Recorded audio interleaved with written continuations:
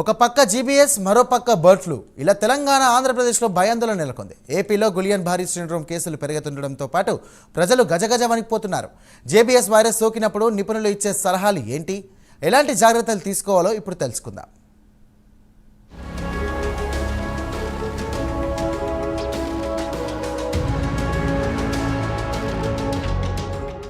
లక్ష మందిలో ఒకరికి అరుదుగా కనిపించే నరాల వ్యాధి గులియన్ బారీ సిండ్రోమ్ కేసులు రాష్ట్రంలో ఒక్కసారిగా పెరిగిపోవడం ఆందోళన కలిగిస్తోంది.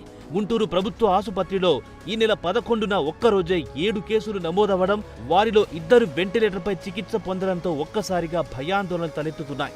రాష్ట్ర వ్యాప్తంగా ప్రస్తుతం 17 మంది చికిత్స పొందుతున్నారు. ఇది అంటువ్యాధి కాకపోయినా అప్రమత్తంగా ఉండాలని వైద్యులు సూచిస్తున్నారు. ఇతర ఇన్ఫెక్షన్లున్న వారికి ఈ వ్యాధి త్వరగా సోకుతుందన్నారు.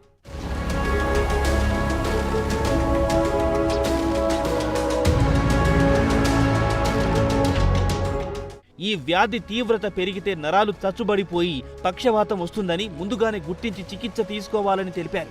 కలుషితమైన నీరు, ఆహారం ద్వారా ఈ వ్యాధి సంక్రమిస్తుందన్న వైద్యులు ఒకప్పుడు పెద్దవారిలో మాత్రమే కనిపించే ఈ అరుదైన రోగం ఇప్పుడు చిన్నారులకు సైతం సోకుతుందన్నారు. ఏలూరు జిల్లా చింతలపూడి మండలం ఎర్రగుంటపల్లిలో జీబీఎస్ వైరస్ కలకలం రేపింది. ఓ చిన్నారికి లక్షణాలు కనిపించడంతో తల్లిదండ్రులు విజయవాడకు తరలించారు. వైద్య సిబ్బంది ఇంటింటికి వెళ్లి సర్వే చేస్తున్నారు. బలహీనంగా ఉన్నవారి రక్త నమూనాలు సేకరిస్తున్నారు.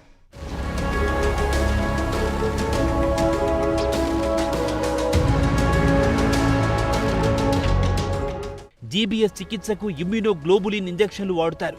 రోజుకు 4-5 ఇంజెక్షన్లు చేయాలని వైద్యులు తెలిపారు. వీటి ఖరీదు 30 నుంచి 40 వేల రూపాయల వరకు ఉంటుందంటున్నారు. ఒక్కో రోగికి రోజుకు ₹1,00,000 వరకు అవుతుందని వివరించారు. జీబీఎస్ సోకిన వారికి జిల్లా కేంద్రాల్లోని ప్రభుత్వ ఆసుపత్రుల్లో ఉచితంగానే ప్రభుత్వం చికిత్స అందిస్తోందని అధికారులు వెల్లడించారు.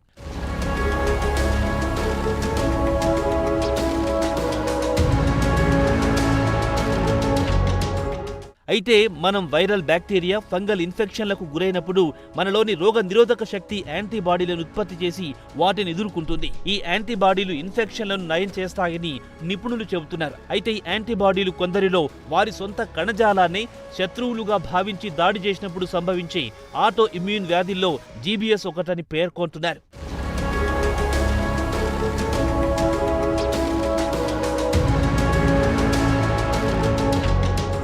కాగా జీబీఎస్ ప్రాణాంతకం కాకపోయినా సకాలంలో చికిత్స పొందకపోతే ప్రమాదమే అని హెచ్చరిస్తున్నారు. కలుషితమైన నీరు, ఆహారం తీసుకున్నా, పెద్ద ఆపరేషన్లు చేయించుకున్నా, ఇతర ఇన్ఫెక్షన్ల నుంచి వచ్చినా ఇది సోకే అవకాశం ఉందంటున్నారు. జీబీఎస్ లక్షణాలు కనిపిస్తే వెంటనే ఆసుపత్రికి వెళ్లాలని వైద్యులు సూచిస్తున్నారు.